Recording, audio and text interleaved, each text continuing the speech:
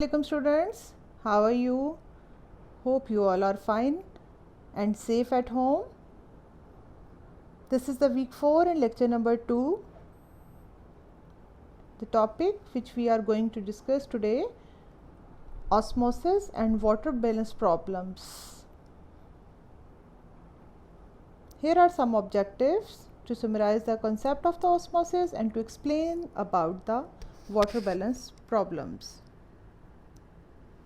Okay, here we start with the osmosis. Osmosis is the movement of water across a semi-permeable membrane from a solution of lesser solute concentration to the solution of higher solute concentration. Students, before that you have already studied about the filtration and diffusion. In diffusion, molecules are supposed to move from the higher concentration to the lower concentration without the use of energy. And during the osmosis, the movement of the water molecules across the semi-permeable membrane from a solution of lesser solute to a solution of higher solute concentration. It means the water molecules move from lesser solute concentration to higher solute concentration. We can best study the rules of the osmosis by the concept of the tonicity of the solution. What is tonicity? Tonicity is the amount of the solute present in the solution. If the amount of the solute in the solution is higher, lower or equal, then there are different types of solutes or solutions. According to the tonicity, there are different types of solution. First of all, we will discuss the hypertonic solution. Hypertonic solution are those solutions which are having more amount of solute than the solvent. So, they are called hypertonic solutions. Hypotonic solutions are those solutions in which the amount of solute is less than the solvent. And isotonic solutions are those type of solutions in which there is equal amount of solute and solvent. These three type of solutions can be found in the body, in every cell. The environment of every cell can be either hypertonic, hypotonic and isotonic, and due to this the process of osmosis can be proceeded. In the osmosis process, the semi-permeable membrane is required and the movement of the molecules or water molecules from a lesser concentration to higher concentration. You can see in the diagram, water molecules move from dilute to concentrated solution, and you can see the water molecule has shown with the blue dots, and the sugar molecules, which are solute molecules, they are shown with the red dots or red circles, and the water molecules, which are solvent molecules, they are blue in color. Now we will discuss the water balance problems. These water balance problems are during the tonicity of the cells. When an animal cell such as red blood cell is placed in an isotonic solution, the cell volume remains constant because the rate at which the water is entering into the cell is equal to the rate at which it is moving out. In simple words, you can say, if the red blood cells placed in an isotonic solution in which the amount of solute and solvent is equal, its volume remains constant because water is entering in the cell is equal to that amount that is leaving the cell.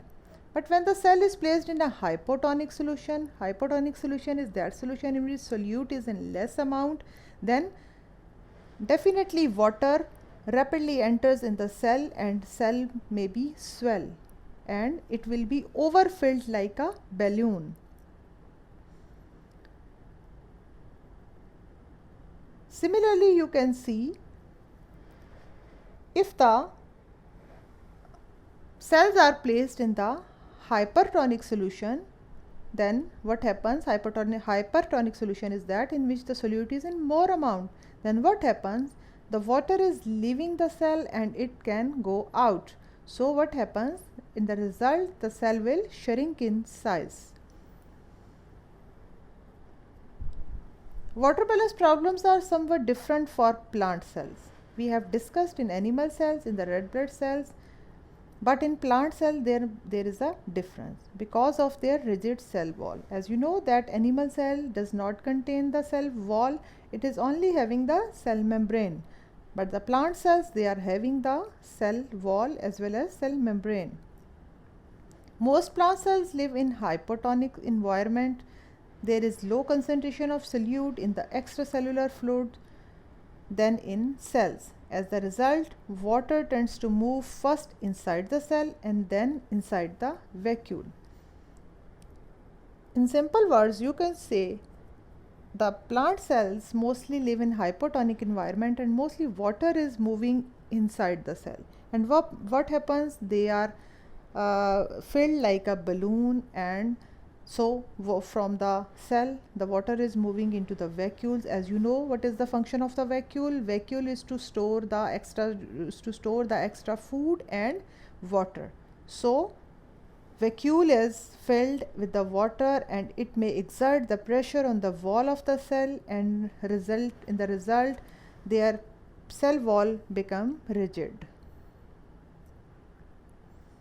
Here is the summary of the animal cell and the plant cell. You can see when the animal cell is placed in the hypotonic solution, what happens? Isotonic solution, it will be normal, but in hypertonic solution it will shrink in size, but in hypotonic solution it may be ruptured like a balloon, like a overfilled balloon, because there is so much pressure of the water on the cell membrane, so it can be ruptured.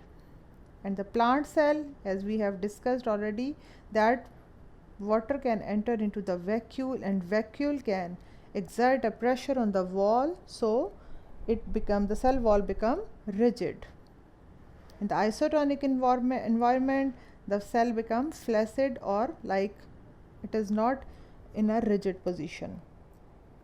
And in the hypertonic solution, mostly the plasmolysis occur and the cell may be shrink in size. And you can see in the diagram there are three different stages of the cells in the animal cells and in the plant cells.